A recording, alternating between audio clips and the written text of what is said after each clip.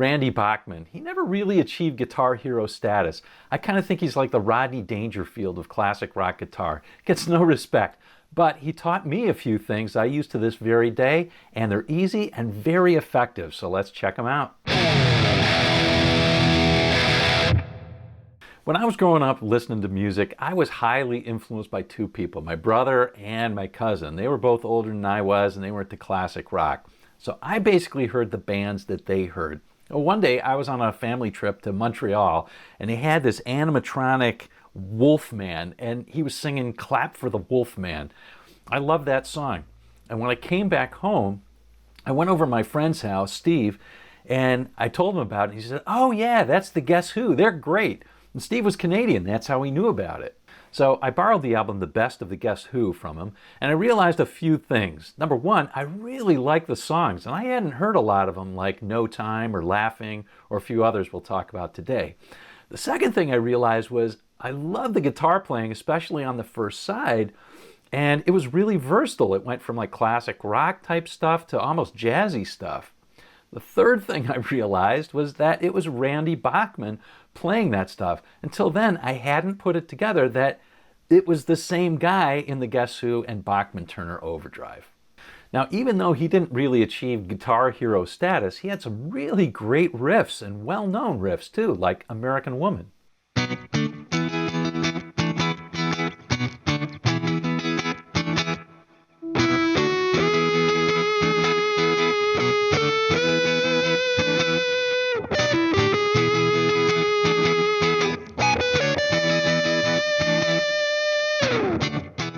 Or like No Time, the one I mentioned before.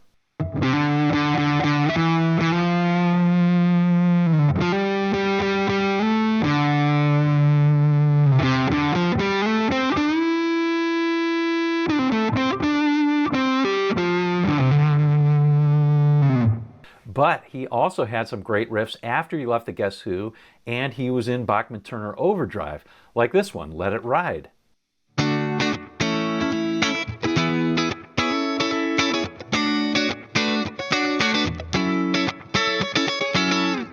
Now that's some great and versatile playing right there. And one of the reasons that he could do that is that he was classically trained on violin. He played up until the age of 15 or something like that. And he also studied with the great Lenny Breau. More on that later. Now probably his most famous song is the BTO song Taking Care of Business, or Taking Care of Biz, as we used to say. Now he does some great classic Chuck Berry style playing on that, and there's a couple of solos that I did a lesson on, and you can check out the links in the video description if you want to check out those later. But what I want to show you here is something I took away from one of the cool rhythm parts.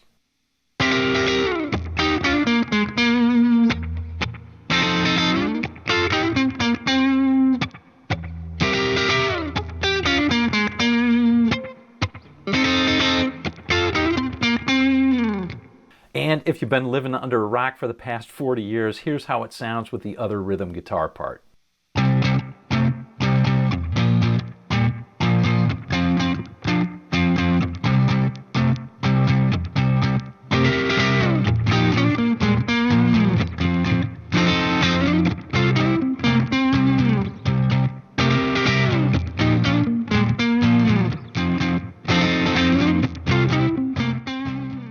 This one uses a great 7th chord voicing that I'm surprised more people don't know and use quite often. It's this one right here for C7 and for F7, and that's just the open D7 chord voicing, but moved up the neck. And Randy wasn't the first person to use it, of course. How about this one?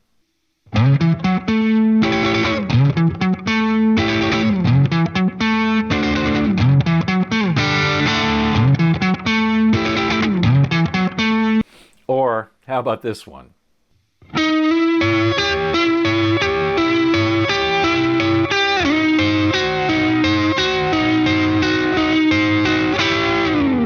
Those are, of course, great examples, but believe it or not, Taking Care of Business was the first time that I used that chord form, and it really stuck with me. I could move it anywhere I want, and it's a great sounding one too. It sounds really rock and roll. But an even bigger thing I took away was from his song Undone. Now, Undone's kind of jazzy, but it stays within the realm of pop guitar for sure. Here's a little snippet from that song.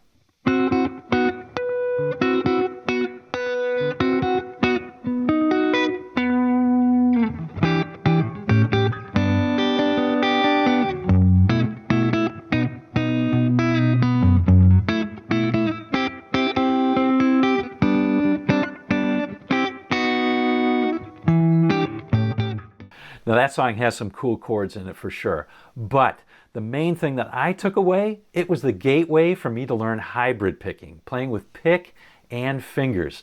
Let me show you. To get started, take your middle and your ring finger and put them on the G and the B strings respectively, and then you'll play a bass note. You can finger any chord. Here I'm fingering a D, and you can play a bass note with your pick with a downstroke and then pull up with the middle and ring finger. And if you do it at the same time, you get what's called a pinch. And that's how I'm playing Undone.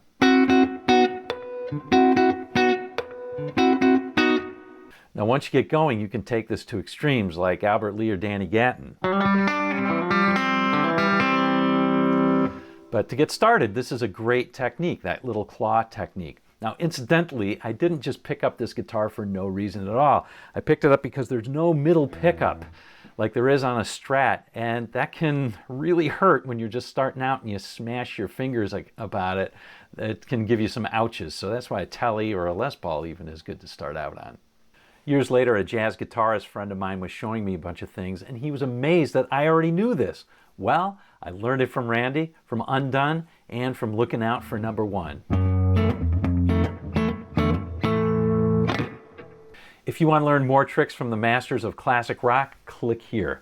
They knew such simple tricks to sound great, and I've got a bunch of videos in bite-sized pieces so you can learn them quickly. So click here. I'll see you in the next video, and I'll see you on down the road.